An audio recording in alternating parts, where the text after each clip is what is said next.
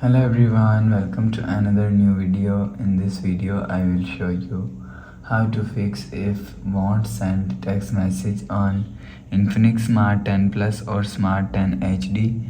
Let's start the video if you want to fix this problem. So go to app library. Here click on settings app. Now in setting, scroll down and click on app management and click on app list. After click on app list, scroll down and search message app. Click on messages app and click on storage and cache. If you want to fix this problem, so clear cache message app, go back to home screen. You will see your problem is solved. But if it not solved, so check your network. After check your network, you will see your problem is solved. But if it's still not solved, so restart device, just click and hold side power button. Click on this restart icon.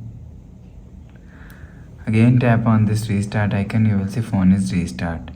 After restarting, enter phone pin. You will see your problem is solved. But if it still not solved, go to app library. Here click on settings app. Now in setting, scroll down and click on system and click on reset phone. If you want to fix this problem, so click on reset all settings, click on reset, enter phone pin, click on this icon. You will see your problem is solved.